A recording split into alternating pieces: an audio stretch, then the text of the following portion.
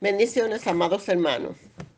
Una vez más estamos aquí con cada uno de ustedes para compartir la maravillosa palabra de nuestro Señor Jesucristo en el tema Aprendiendo de Jesús. Y vamos a iniciar leyendo la palabra de Dios en el Salmo 123, en los versos 1 y 2. Amén. Dios le bendiga, mis hermanos. Que la gracia y la misericordia de Jesucristo esté sobre cada uno de sus hogares y que su bendición sea derramada sobre todos ustedes. Amén. Su palabra, el Señor nos dice: a ti alcé mis ojos, a ti que habitas en los cielos. He aquí como los ojos de los siervos miran a la mano de sus señores, y como los ojos de la sierva a la mano de su señora. Así nuestros ojos miran a Jehová nuestro Dios, hasta que tenga misericordia de nosotros. Amén. Su palabra nos enseña, como dice el ejemplo, tenemos aquello como son los siervos que tienen obediencia, pero su obediencia está marcada sobre su amo. Igual que la sierva, su obediencia está marcada sobre su señora. A ellos miran, a ellos obedecen. Nosotros tenemos la responsabilidad, después del conocimiento que Dios nos ha dado, que nos ha bendecido con el conocimiento de su palabra, pues nosotros tenemos la obligación y tenemos la unción de obediencia a nuestro Dios. A Él es que nosotros debemos mirar a sus ojos, mirar sus manos, pedir misericordia, que es por siempre en toda nuestra vida, porque a Él ese es el amo de nosotros, nuestro Dios manifestado en Jesucristo su Hijo, que es el Dios vivo. Amén. Amén. Pues bien, el tema de hoy se llama Mi pareja es fanática o fanático del control. Y es importante que nosotros le prestemos atención a este tema porque puede ser de mucha bendición para nuestras vidas y para analizar muchas veces nuestra manera de comportamiento. Dice que una persona controladora frecuentemente les hace la vida miserable a los demás cuando no está en el asiento del conductor. Siempre en nuestro entorno hay quien quiera controlarnos. Lo hacen de una manera oculta. Puede ser tu pareja, tu mamá, tu papá o compañero de trabajo.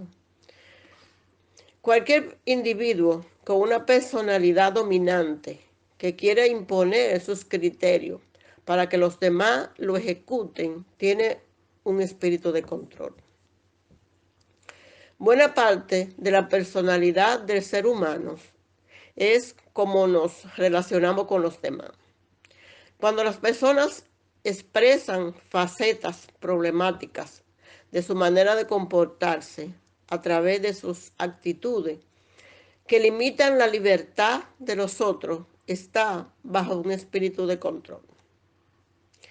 El darnos cuenta de quién o quiénes pretenden que sigamos sus conductas de control nos ayuda a hacerle frente y así evitar ser controlados por personas que están bajo este dominio, los cuales tienen que ser sanados reconociendo su comportamiento y buscando la ayuda del Señor Jesucristo. Me gustaría leerte en el libro de Primero de Reyes, en el capítulo 21, en los versos del 1 al 6. Pasadas estas cosas, aconteció que Nabot de Jezreel tenía allí una viña junto al palacio de Acab. rey de Samaria.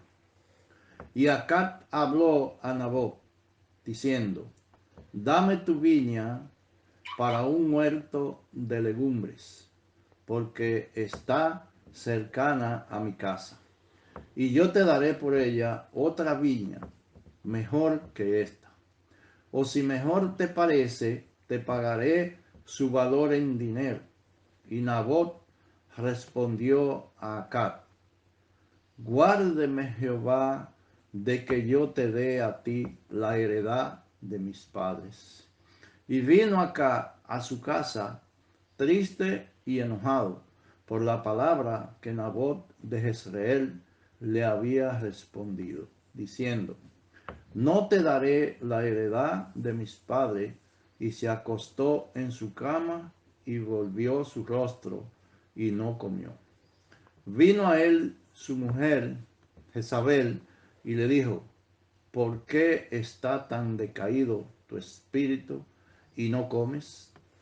Él respondió, porque hablé con Nabot de Jezreel y le dije que me diera su viña por dinero, o que si más quería, le daría otra viña por ella. Y él respondió, no te daré mi viña. Amén. Amén. Pues sí, luego más adelante, si ustedes quieren leer el capítulo completo de Primera de Reyes, en el capítulo 21, pueden leerlo y así se van a empapar un poco más de esta enseñanza que nos trae la palabra aquí. Y vemos que acá era un hombre que estaba dominado por su esposa Jezabel. Jezabel era una persona muy controladora y tenía todo bajo su control y su dominio. Y el hecho de que Acab quería la viña de Nabot porque estaba cerca de su casa, porque se le antojó que quería. Si él quería eso, o sea, se deprimió por causa de que él no se la quiso vender y no se la quiso dar de ninguna una manera, porque era la herencia que le había dejado sus padres. Pero vemos cómo Jezabel, más adelante, si ustedes leen la historia, eh, hizo un plan de tal manera que aún la hizo que muriera eh, Nabot para darle la viña a Acab. Entonces, es importante que nosotros podamos ver que cuando hay un control, una persona que tiene un espíritu dominante de tal magnitud que llega a hacer un plan para quitarle la vida a una persona con tal de cumplir su propósito, obtener lo que quiere, no es bueno. Entonces, cuando llegamos ya a esas situaciones, esos límites, tenemos que entonces, pues, poner un pare a esa situación, porque es necesario que esas cosas nos acontezcan en medio nuestro mucho menos en medio de una relación de pareja. Entonces, en una relación familiar, el control puede tomar muchas formas diferentes. Tal vez se ejerza a través de la persuasión, la manipulación, la proyección de la culpa, la manifestación de vergüenza o el retraimiento, que es lo que le pasó acá. O sea, se deprimió porque él no obtuvo la viña como él quería, como él tenía planeado. Como podemos ver, la característica de cada persona es única y para conocer la personalidad y la manera de actuar de una persona hay que prestarle atención en vez de actuar con prejuicios y generalidades. O sea, no es porque yo me lo imagino, sino observar su actitud y su comportamiento. Es lo importante que nosotros podamos ver en una persona. Si lo que está haciendo es correcto o no, o está oprimiendo o causando ese tipo de opresión sobre una persona. Cuando nos comunicamos, giramos sobre los marcos mentales en el que tiene sentido lo que hablamos para que la otra persona pueda contestar o emitir una opinión. La persona controladora tratan de ocultar en ciertos modos sus intenciones a la persona que quieren someter. Crean cierto lenguaje para crear una coartada. Por ejemplo, si es una persona que es muy frecuente, es muy frecuente oírle hablar de un vínculo afectivo, como si uno protegiera al otro. Y de esa manera, inconsciente, establecen una relación de dependencia, como si uno estuviera atado al otro, creando así una atadura de alma. También aquí tenemos en el punto número 2, actuando como si conocieran la esencia de la persona controlada. Las personas controladoras tienden a basar su justificación de su manera de comportarse en una supuesta capacidad para ver, para conocer los pensamientos de la persona y decidir qué es lo mejor para ella o para él. O sea, no lo hacen de una manera literal, sino que lo dejan entrever en lo que dicen. Tratan de mostrar las debilidades de la persona controlada para tratar de compensar sus limitaciones. Por ejemplo, dicen, esta persona en las cosas de dinero anda siempre perdido, para tratar de controlar la parte económica de la relación. Otro ejemplo es, no tiene gusto para ir a los restaurantes, para decidir a dónde salir. Y así sucesivamente. Siempre tratan de sacar las debilidades de la otra persona como si ellos son lo que saben y lo que pueden decidir por ellos. Y así de esa manera lo manipulan y lo manejan. En el punto número 3 dice, actúan con paternalismo. Es la manera que intentan esconder su control sobre los demás. Es conciliadora o conciliador, critica la falta de personalidad y el rasgo paternal es su principal característica. O sea, trata siempre de minimizar las actitudes, o sea, las cualidades, perdón, esa otra persona que ellos quieren controlar para ellos sentirse sobre ellos como un rasgo paterno, como si lo estuviera protegiendo o él el que sabe o es la que dirige. Y en el punto número 4 dice también buscan aislar socialmente al otro. Pero cuanto más amistades tenga esa persona controlada, más fácil se puede deshacer de esa relación tóxica. Por eso la persona controladora trata de que el otro se quede sin contactos, amistades o familiares.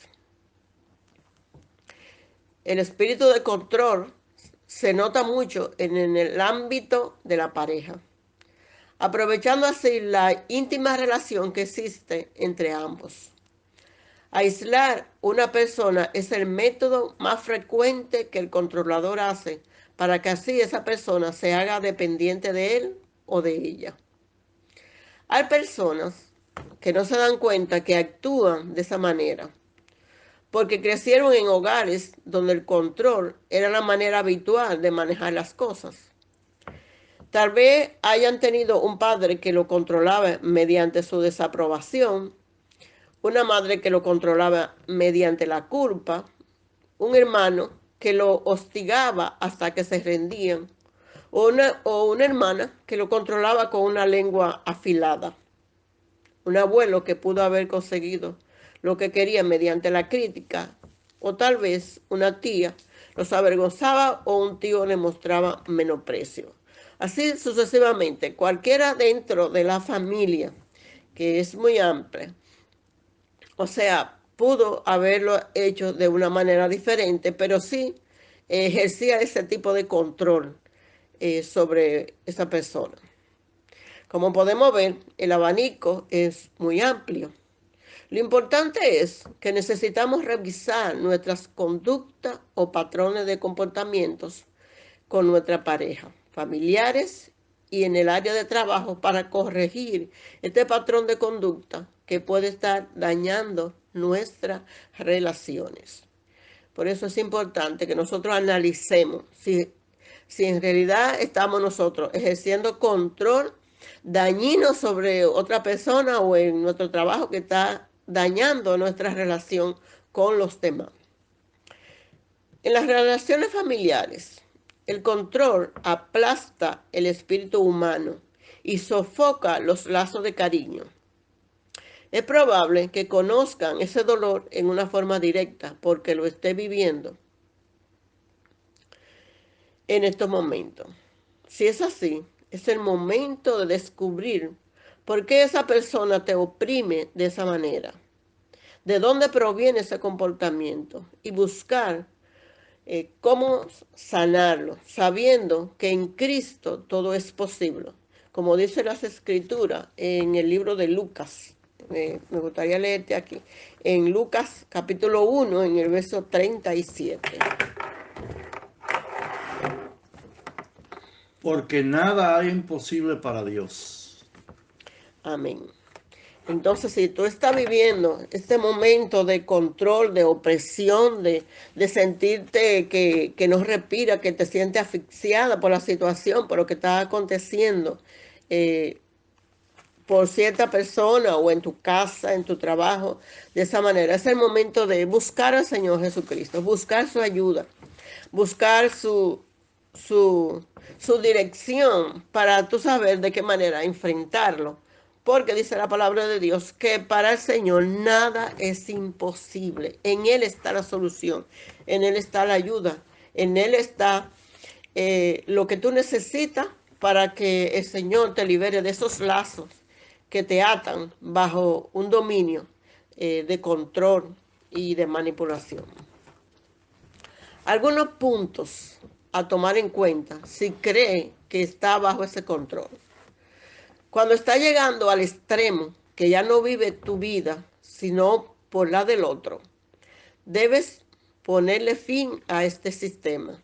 Y no estoy hablando específicamente de separación o de rotura de relaciones matrimoniales y familiares, o en el trabajo o en el área donde tú te encuentres, sino de hablar pasivamente pero con firmeza.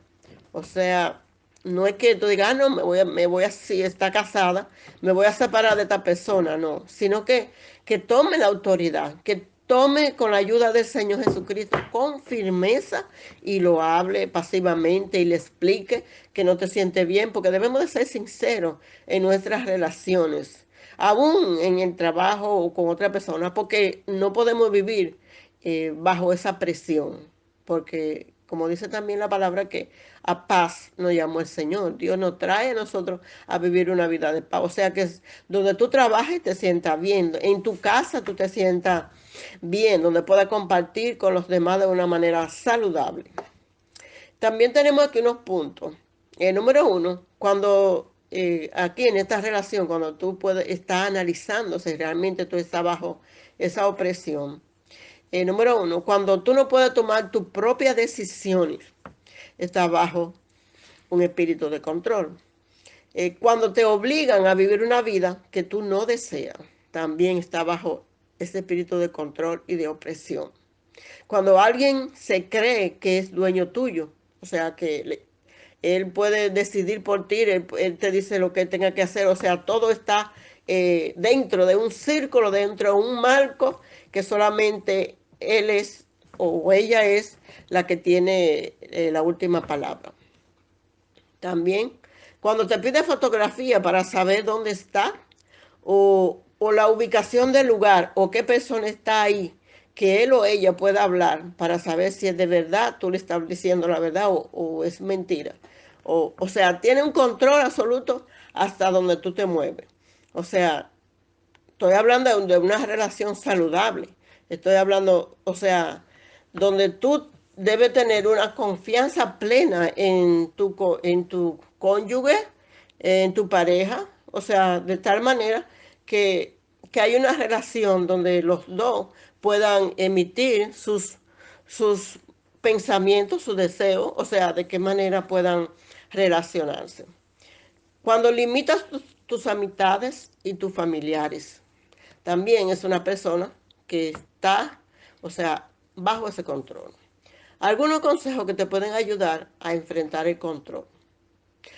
Nunca intente controlar a un controlador. De ninguna manera trata de controlarlo, porque no es lo correcto, no es lo que te toca a ti en ese momento, sino buscar la ayuda del Señor y ver en realidad qué es lo que está pasando. Número 2, sea asertivo y dile claramente lo que piensa. Número 3, no te haga la víctima ni le diga lo que tiene que hacer. Número 4, exprésate con tacto y diplomacia. Y número 5, establece límites. Debes de ponerle el límite, un stop hasta donde realmente lleva el control. Número 6, resta importancia a determinadas situaciones. O sea, si tú no tomas no le pones límite y no le resta importancia a ese tipo de cosas, entonces eso te va a exasperar, te va a sacar de tu casilla, diríamos en ese sentido, y siempre van a estar surgiendo muchas rencillas y discusiones y situaciones que va a afectar tu vida y tu paz interior. Si eres una persona controladora, ¿qué puedes hacer para vencer esa dificultad en tu vida? Número 1, esfuérzate por lograr la excelencia, pero no la perfección. La excelencia significa hacer las cosas lo mejor posible, con el poder del Espíritu Santo, con el tiempo y los recursos disponibles. La perfección no deja espacio para el error.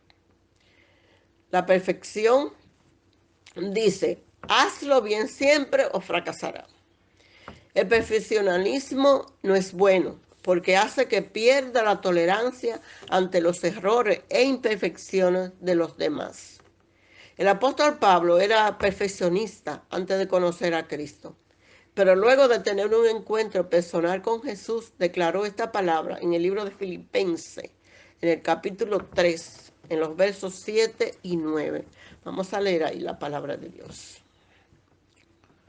Pero cuántas cosas eran para mí ganancia, las he estimado como pérdida por amor de Cristo.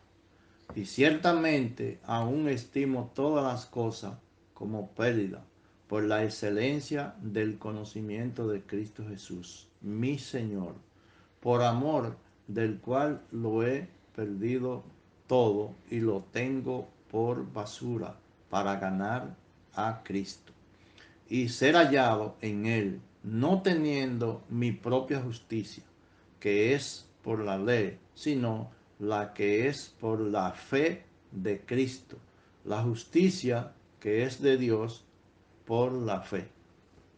Aleluya, qué bendición.